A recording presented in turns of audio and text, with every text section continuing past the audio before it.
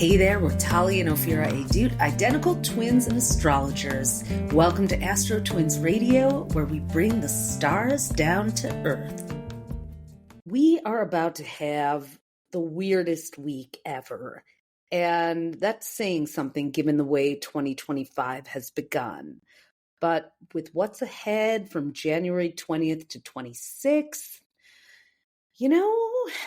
we're already feeling it, so let's go. This is Tali from the AstroTwins, back with you after a few weeks of passing the mic to my sister Ophi with your weekly star report, week of January 20th to 26th, aka the weirdest week ever, as I just said. So what makes it that it's not just because Trump is being inaugurated on MLK Day, and Snoop and Nelly and Carrie Underwood have all agreed to perform Head Scratchers. Snoop, loved ya since the beginning, loved you at the Paris Olympics, but you playing Journey at the crypto conference with the Trump bros is a head scratcher.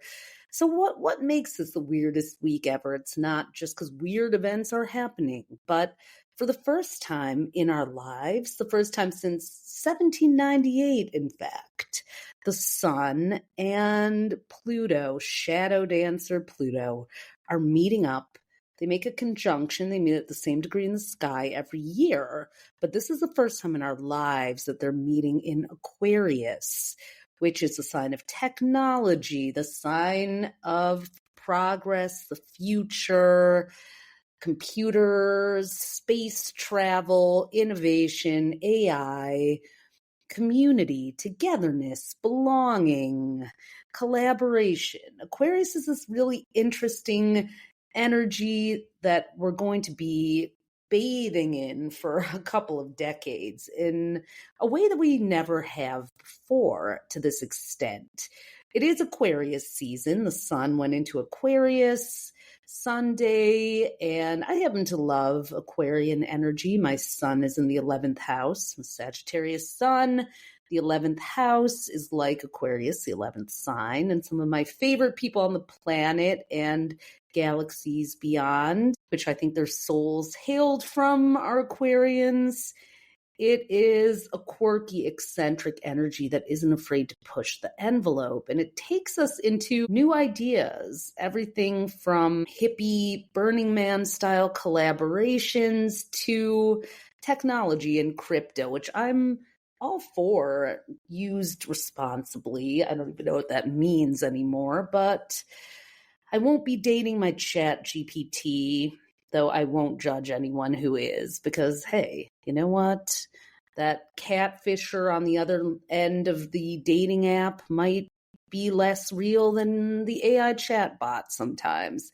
But when you think of Pluto's lore, Pluto kidnapped young Persephone, stole her away from her mother Demeter, dragged her into the underworld, and then struck a bargain where he got to have her as his child bride, creepy, for half the year, and that was winter, when everything went fallow, and then Demeter got her for spring and summer, where everything flourished above ground. We can think of Pluto's transits through the zodiac sign in a similar way.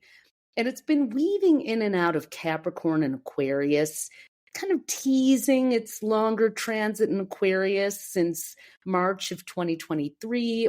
We talk about this a lot on the podcast, but I feel like you cannot hear it too much because it's such a big deal.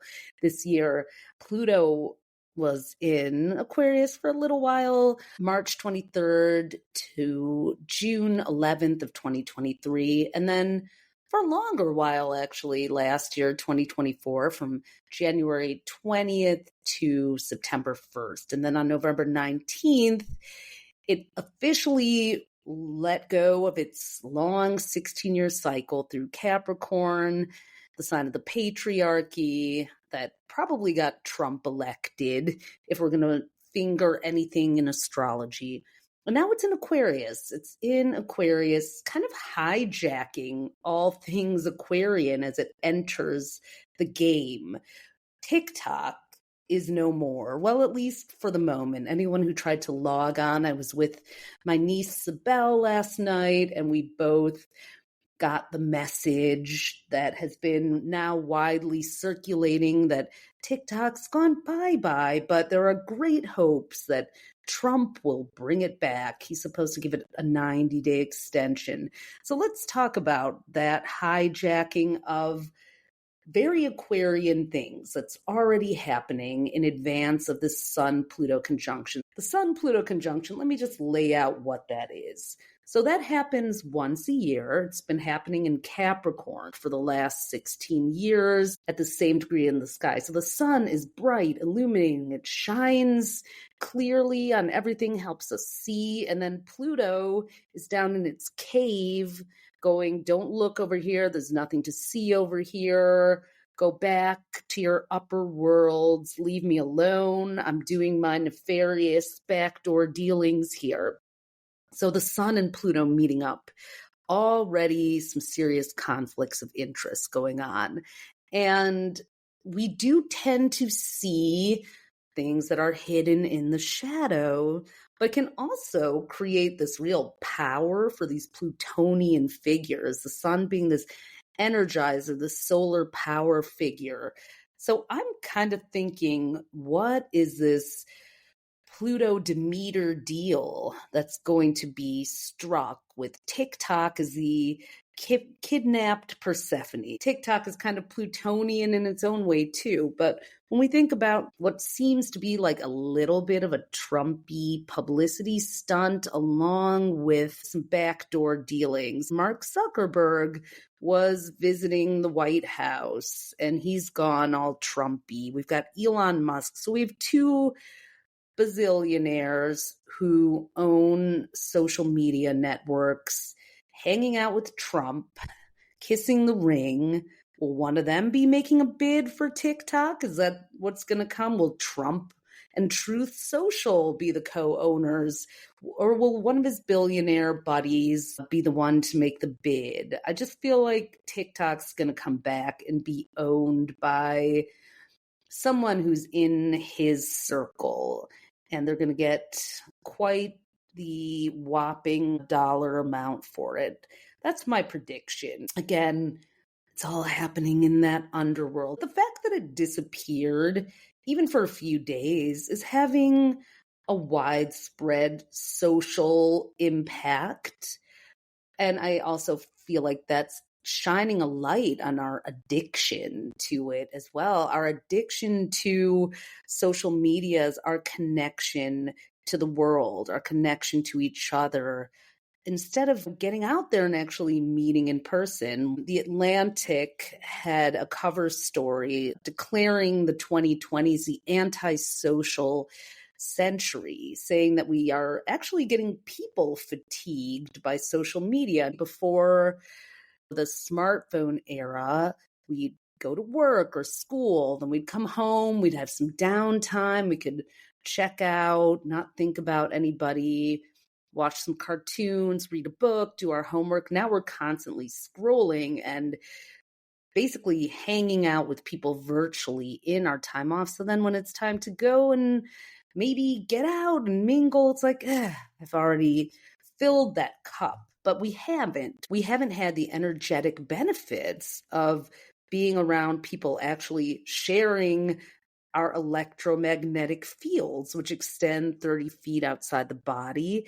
That exchange, those electrons, those particles moving and connecting, the heat and electricity that gets stirred up between people in close proximity is not happening on screens. I remember when I moved to Seattle from New York, and it was a really, really jarring experience because for 11 years I had been basically conditioned to be pressed up within inches, centimeters, sometimes even shoulder to shoulder with people on subways, on yoga mats. You just get used to people and your bubble gets tighter and you know how to create a boundary. And all of a sudden I'm in a city where there aren't those kinds of crowds unless you go into a concert venue or Pike Place Market on a Saturday.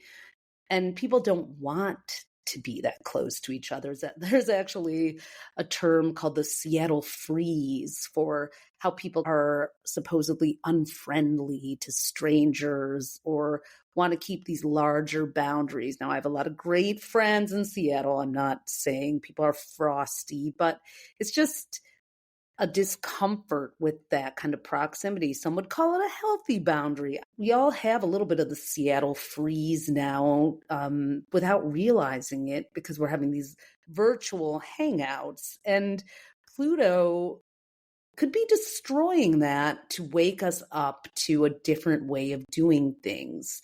And I'm not saying the way that we're going to be doing things is actually going to be better, at least not at first, but something has got to give. Whenever Pluto changes signs, it kind of comes in like a wrecking ball. When it went into Capricorn in 2008, Capricorn rules banks and government and the economy. We had a huge fallout. The market crashed, but we got our first African-American president. When it moved into Sagittarius in 1995, which rules publishing and globalization, all of a sudden, the internet started developing at an exponentially faster rate, and people were able to get messages to each other across continents, talk to each other without paying $30 a minute for a phone call. Seriously, that was a thing. So things tend to fall apart and rebuild, and this week is going to be that weird week of that happening. Tuesday also is a Scorpio quarter moon where, again, while the sun and Pluto sync up, Pluto is the ruler of Scorpio, while they sync up and shine a light on secrets, that quarter moon in Scorpio will be a help with our investigative efforts. We're going to have a more balanced perspective, like what's really happening. And I think that'll help us not feel like the wool is totally being pulled over our eyes and maybe keep a bit of curiosity or healthy suspicion afoot. With good reason, there's a lot of huge historical things happening. Israel and Hamas have struck a ceasefire deal, at least part one of it. 3 female hostages have been released, and Palestinians are able to slowly go back to see the destruction and check that out and mourn and deal. We also have some prisoners being released too from Israeli jails. What will happen in the aftermath of that? The wildfires assessment too. There's this sort of return to home happening for people, but a home that's been destroyed and incredibly heartbreaking. Mars, which rules combat and war and destruction, has been retrograde in Cancer, that rules our residential homes, for most of this month, since January 6th. And this week, it's making a connection to 2 inner planets. On Thursday, Mars retrograde is opposite Mercury, the information gatherer in Capricorn, people assessing damage and dealing with it, having to take that cold-eyed look. Am I going to rebuild? Where do I go next? What do I do here? Mercury is also going to be trine Uranus on Thursday, and that is going to help people think more long-term strategically what's best for them, but get a bit more innovative as well. I don't know where anyone can go from here, and we won't know this week. It's more like what happened? Where did things go wrong? What on earth comes next? And really it's a week of assessing more than making huge decisions. It's worth noting that the lunar south node went into Virgo on January 11th. The south node reveals our collective karma, where we need to do better, where we've been maybe ignoring things that need to be updated. And having the south node in Virgo, that is a sign that rules insurance, including our self-care and how we personally protect ourselves as well as our natural resources. By the way, Aquarius rules city planning. So the Sun and Pluto together in Aquarius are also going to have something to say about where we go from here. There's been a lot of finger pointing, of course, and a lot of trying to figure out and getting to the root of the problem. It wasn't the insurance companies that caused the fires, but the fact that they have canceled claims for people. What do we do? How do we cover that? How do we handle that? So that's something we're grappling with, the South Node being in Virgo all the way till July 26th of 2026. Started this January 11th. So it's an 18-month stretch when the nodes are in two signs. Pisces North Node, how do we handle water? Is there a better way to rebuild and refill reservoirs or use ocean water? How do we handle that? So that's under assessment. It's really a week of figuring things out, hopefully turning towards problem solving rather than devolving into blame. But I'm expecting both to occur. Interestingly enough, we do have people trending towards figuring out how to solve. Good news is there are people out there who are taking this whole antisocial century warning seriously and attempting to tackle the loneliness epidemic. And one of those people happens to be an Aquarius twin, Radha Agrawal. Her and her twin sister, Mickey, actually have a birthday on Sunday, January 26th. I had to look them up on Instagram and find their signs, but they have brought us a lot of fascinating and amazing cutting-edge businesses, from Thinks, the period panties, to Daybreaker, the daytime dance parties.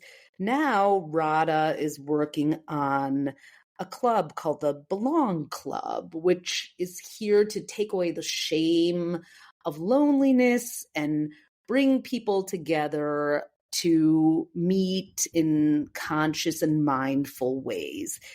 The founders of Soul Cycle started Peoplehood, which is kind of the same in its mission of curing that isolation and curating social experiences that foster vulnerability and get people to open up and go beyond the superficial, not just on social media, but in real time. Of course, people are also taking AI lovers and turning AI into their therapist. Here we are in the weirdest week ever, like I said. We're at this fork in the road of going crypto, AI, off to that direction of technology, screw people. I'm just going to be here with my tech toys.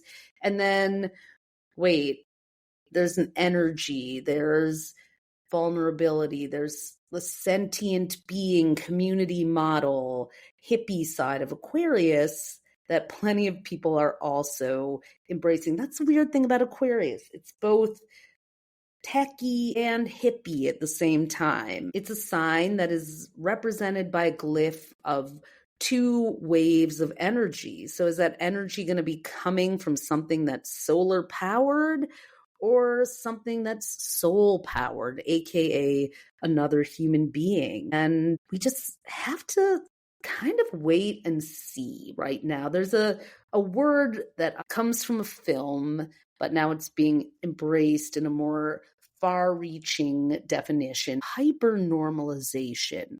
That is this feeling that we are forced in some ways to accept things that don't feel good or right or normal to us, but we have to normalize them for the sake of our own homeostasis, to reach a sense of balance inside of ourselves. So hypernormalization is something to be aware of. Are you normalizing things that are not okay? It feels to me like ever since the election, we went from cracking the seal on consciousness and awareness and acceptance to this rush of anti-DEI, anti-quote unquote woke energy. Not that it wasn't there all along, but it's almost become normalized across all channels. That uncertainty and that chaos since the last time we had a 9-year numerology, which was 2017,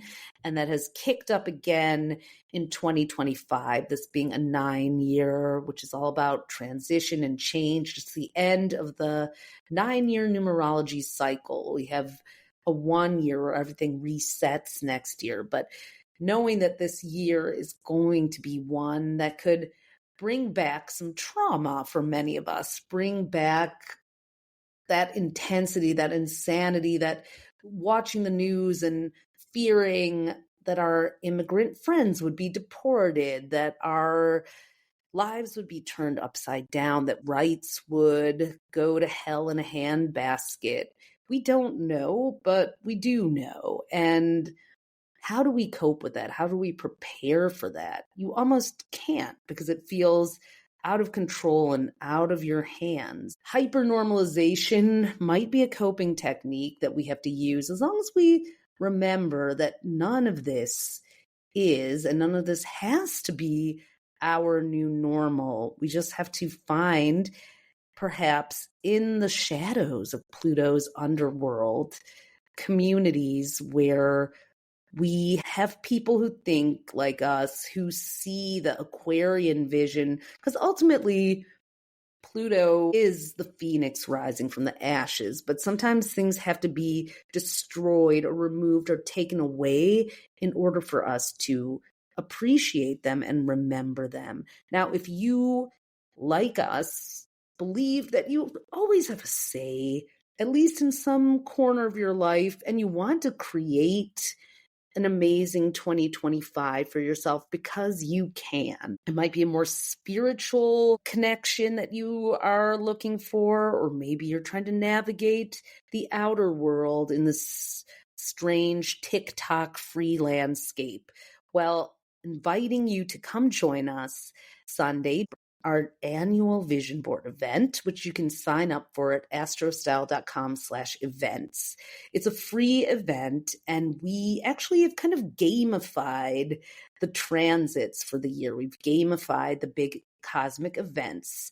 You don't need scissors or glue or magazines, but we will have a PDF for you to fill out that you can download right then and there. We'll get it to you before if you sign up in advance of the event. We'll walk you through and give you thinking points and talking points so that you actually get to create and map out the year ahead. In fact, this podcast, which we've been doing now for a little over a year, is the result of the 2023 Vision Board event, where one of the things that I put on there as a big goal for 2023 was to start a podcast. Well, it was December 31st, and I was reviewing my sheet from Vision Board, and that was the one thing that we had not done. So Ophi was like, come on, we're recording it now. Still 2023, let's make this happen, let's go. And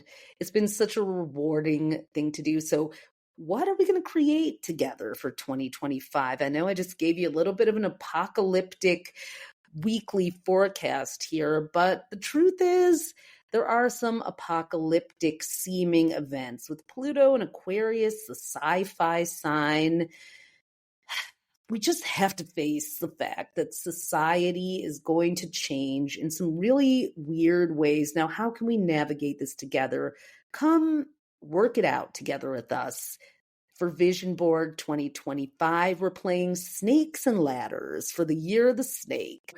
What's a ladder that's going to take you higher to a more elevated place?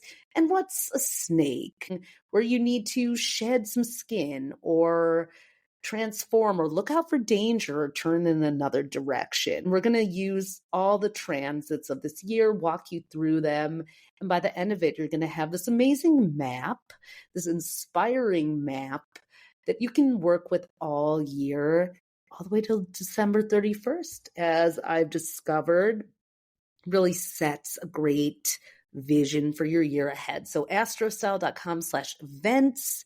Come and join us for that Sunday, January 26th at 2:00 p.m. Eastern, 11 Pacific, and that's a good time for our friends in Europe to make it before they tuck in for bed. And I think we're all going to appreciate being together as community after the week we have ahead. Look, I know it's going to be strange, but here we are. We're in it together. And that's one thing to remember, that we always have access to other humans. And of course, social media has not gone away. There's always Instagram Reels and Snapchat, as my niece has informed me.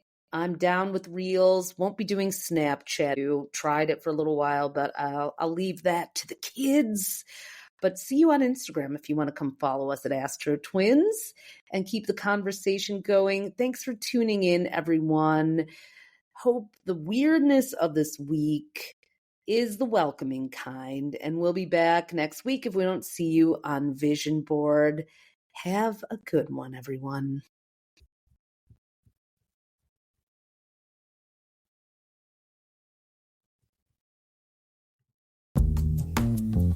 As always, thanks for listening. You can discover more of your star power at astrocell.com, and be sure to follow us on social at AstroTwins. Join us next time for more cosmic fun.